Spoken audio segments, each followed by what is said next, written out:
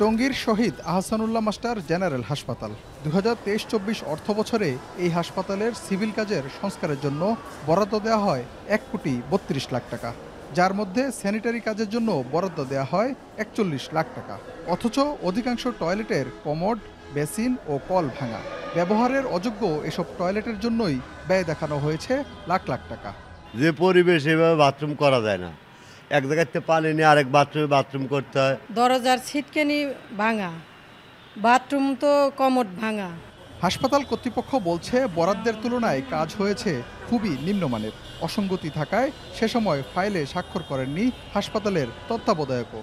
Sir এত টাকা পরিমাণ বেশি বলে স্যারের কাছে মনে হয়েছে স্যার এই প্রাক্কলনে সই করে নাই এবং এই কাজগুলো পরে হয়ও নেই, আর কোনো প্রত্যয়নও আমরা দেইনি। ডিটেলস ওয়ার্ক অর্ডার টাকার পরিমাণ সহ এরকম আসলে আমরা পাইনি এবং ওনারা শো করে নাই। শহীদ তাজউদ্দিন আহমদ মেডিকেল কলেজ হাসপাতালেরও একই চিত্র। এই হাসপাতালে 4টি সিভিল কাজের বিপরীতে বরাদ্দ দেওয়া হয়েছে ১,২,০০,০০০ টাকা। একই অর্থ বছরে আরও 6টি সিভিল কাজের জন্য বরাদ্দ দেওয়া হয় ৮৮ লাখ টাকা। কিন্তু এত বরাদ্দের পরও হাসপাতালের ভবনে উন্নয়নের ছিটেফোঁটাও নেই।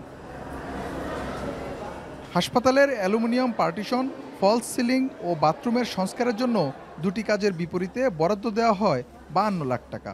বেসমেন্টে অ্যাম্বুলেন্স রাখার কথা থাকলেও ভারত সরকারের দেয়া বিশেষায়িত অ্যাম্বুলেন্সের উচ্চতা বেশি, এই অজুহাতে গ্যারেজ নির্মাণের জন্য বরাদ্দ দেওয়া হয় ২৩ লাখ টাকা। অথচ এই অ্যাম্বুলেন্সে সাধারণ কোনো রোগীর সেবা মেলেনি। গাজীপুরের যদি কোনো ব্যক্তি এখন পর্যন্ত কেউ আমি দেখি নাই বা কেউ বলতে পারে নাই যে এই অ্যাম্বুলেন্সটা কেউ ব্যবহার করছে। বাজেট এবং বরাদ্দ থাকার পরেও এটা পর্যাপ্তভাবে কাজে না লাগানোর কারণে হাসপাতালের পরিবেশ এবং অবকাঠামোগত উন্নয়ন এখন আমাদের জন্য অধরা রয়ে গেছে। হাসপাতালটির পরিচালক জানান, কাজের শুরুতে হাসপাতাল কর্তৃপক্ষকে অবগত করা হয়নি। এমনকি কাজ শেষে অনাপত্তিপত্র নেয়নি গণপূর্ত বিভাগ, যার ফলে কাজের মান যাচাই করা অসম্ভব হয়ে পড়ে। মিনিস্ট্রি থেকে অনুমোদনের পরে এটার যে টেন্ডার করা, কার্যাদেশ দেওয়া এবং এটা কাজটা চলমান কী কাজ করতেছে দেখা এবং এটার আমাদের প্রত্যয় নেওয়া, এগুলো ধারাবাহিকভাবে না করাতে কাজের এই ব্যাপারগুলো প্রপারলি মনিটরিং করা সম্ভব হয় না। অভিযোগ উঠেছে অর্থ লোপাটের সাথে জড়িত তৎকালীন নির্বাহী প্রকৌশলী আশরাফ উদ্দিন, উপবিভাগীয় প্রকৌশলী শাওন চৌধুরী ও উপসহকারী প্রকৌশলী জোবায়ের আহমেদ। টেন্ডার ছাড়াই কাজ দেয়া, বিল আদায় ও স্বজনপ্রীতির অভিযোগ তাদের বিরুদ্ধে। যদিও অভিযোগের বিষয়ে জানতে চাইলে আশরাফ উদ্দিন দাবি করেন পুরো কাজ সম্পূর্ণ করেই বিল দেয়া হয়েছে। এই ৬৯ লাখ টাকা টেন্ডার হয়েছে, কাজ হয়েছে এবং কাজ দৃশ্যমান আছে। যদি আমি এমন কোনো বিল দিয়ে থাকি যে সেটা কাজ হয় নাই কিন্তু আমি বিল দিছি, তাহলে অবশ্যই সেটা দায়ভার আমার।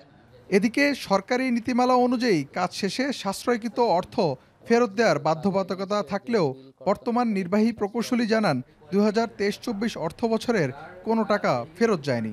২৩-২৪ অর্থ বছরে স্বাস্থ্যসেবা খাতে ২,৭৯,০০,০০০ টাকা বরাদ্দ ছিল। আমরা নথিপত্র ঘেঁটে দেখেছি যে ওই অর্থ বছরে কোনো অর্থ ফেরত যায় নাই। প্রতি বছর স্বাস্থ্য খাতে কোটি টাকার সরকারি বরাদ্দ দেওয়া হলেও দুর্নীতির কারণে অধরাই থেকে যায় কাঙ্ক্ষিত উন্নয়ন। সাধারণ মানুষের প্রত্যাশা এসব দুর্নীতি তদন্ত করে অভিযুক্তদের বিচারের আওতায় আনার। ইফতেখার রায়হান, এখন, গাজীপুর।